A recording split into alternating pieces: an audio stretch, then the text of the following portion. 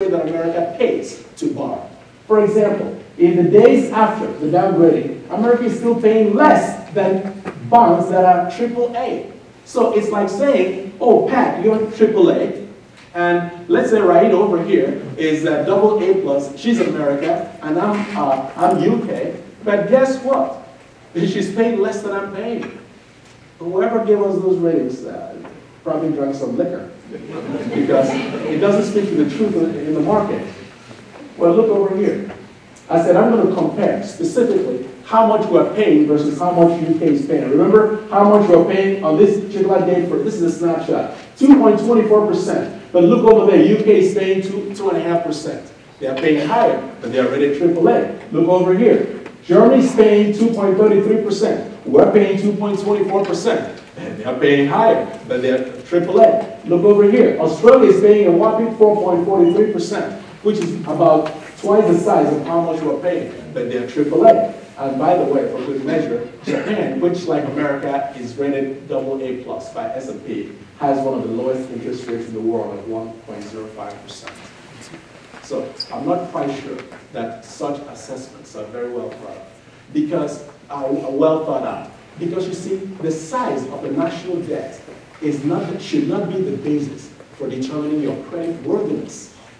Credit worthiness should be the basis for consideration, not the size of debt. You can have $1 million in debt, but you may have AAA rating. I could have $10,000 in debt.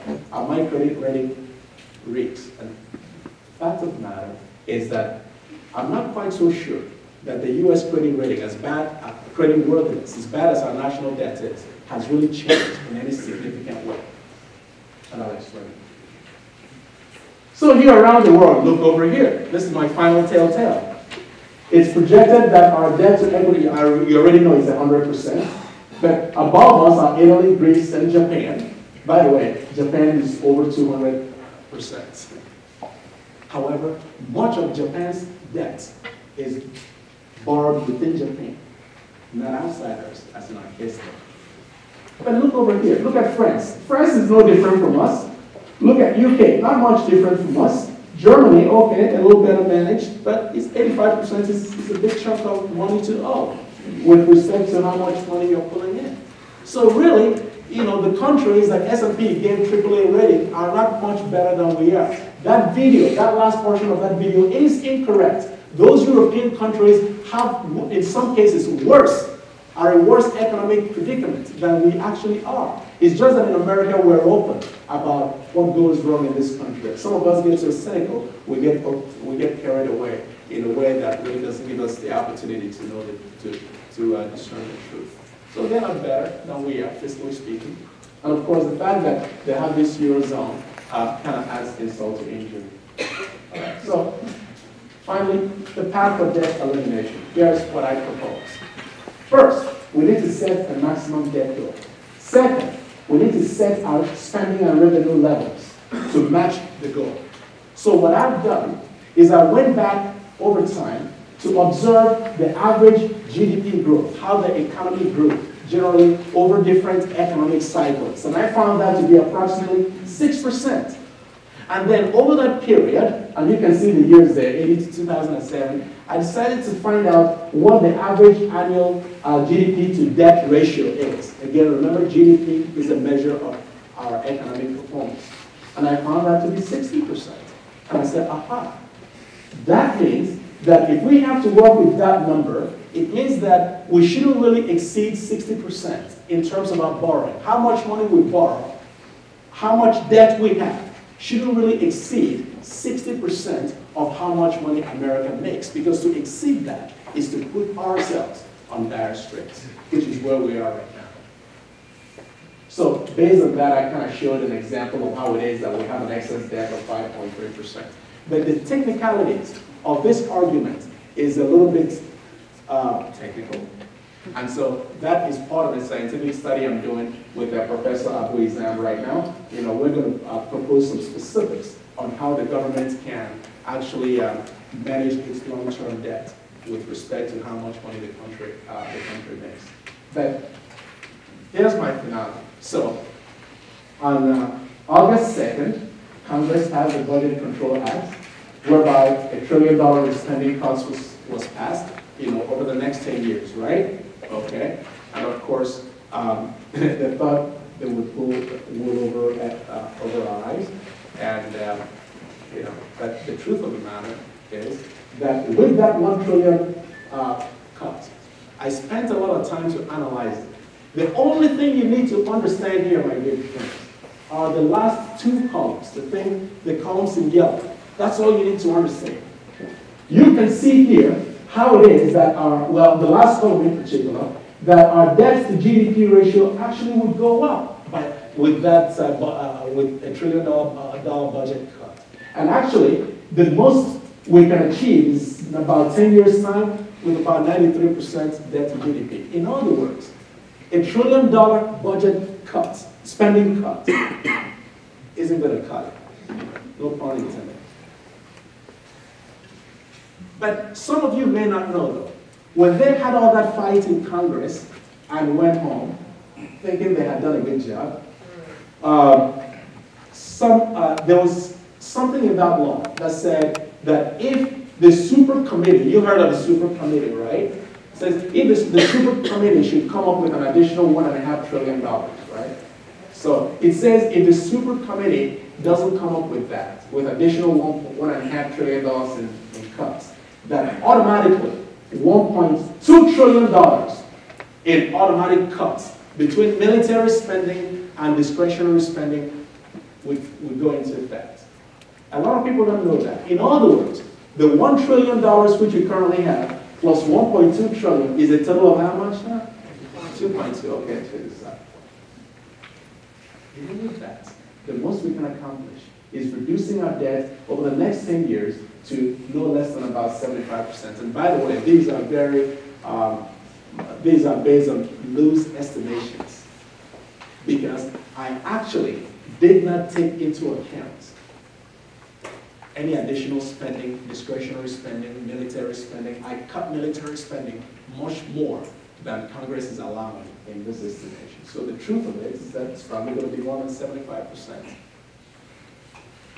However, before all these squabbles began, you may remember that in the early summer that Obama and Boehner met, and they agreed tentatively on a $4 trillion cut.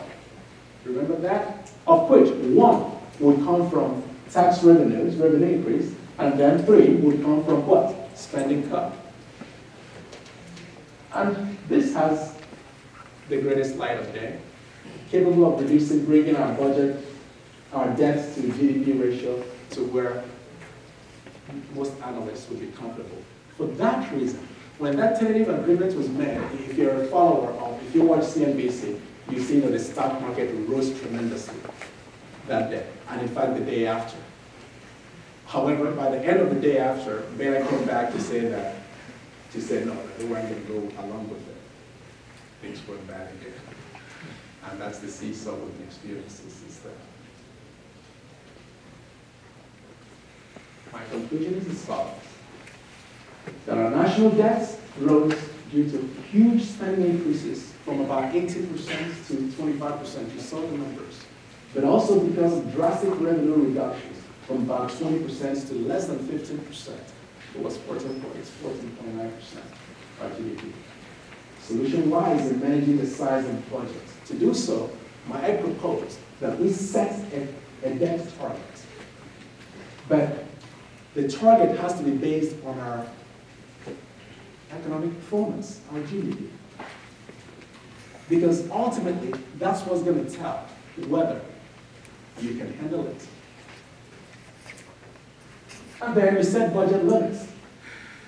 You should set a ceiling on your spending, so you don't have a runaway spending like you currently have. But you should also set a limit on your revenue and flow. You shouldn't overtax people. You can kill the economy and the spirits to invest and grow and prosper. I believe we should have a national discussion on Social Security. And I know I kind of said it a little bit earlier on, but we have to. We can't make promises we cannot fulfill. It just doesn't work like that. Also on Medicare, we have to have a national discussion on that. because these are all funded mandates. We must work, you've heard of tax loopholes. Okay, whatever they are, all I want is, let's get rid of all these tax deductions that some individuals and companies use to hide away their incomes. Let's just make it simple. If you ask me my opinion about corporate taxation, my students will tell you, I would prefer to eliminate corporate taxes or make it real low, no more than about 5%. Why should companies pay taxes? When stockholders get paid, don't they pay tax on the money they receive? We can have a conversation on that. So let's not forget about the double taxation feature in American corporations. We can't have companies going to Bermuda, going to Grenada, to Liechtenstein, to Switzerland, to hide away their money. No, let them bring it here. I'd rather they keep their millions here, and we can have a discussion as to what to do with those millions. Anyhow, as you know, the Chancellor has been gracious in making this possible, and I hope in the depth of thanks. My Dean, Dr. Duchatelet, that's her over here. I definitely owe her a debt of thanks because she encourages us to do things such as this. And of course, my very own head of department, Paul McGrath. He's the guy who's, downstairs getting people up here, making Xerox copies. He's probably the most wonderful guy I've ever met at this university. Humble, hardworking, and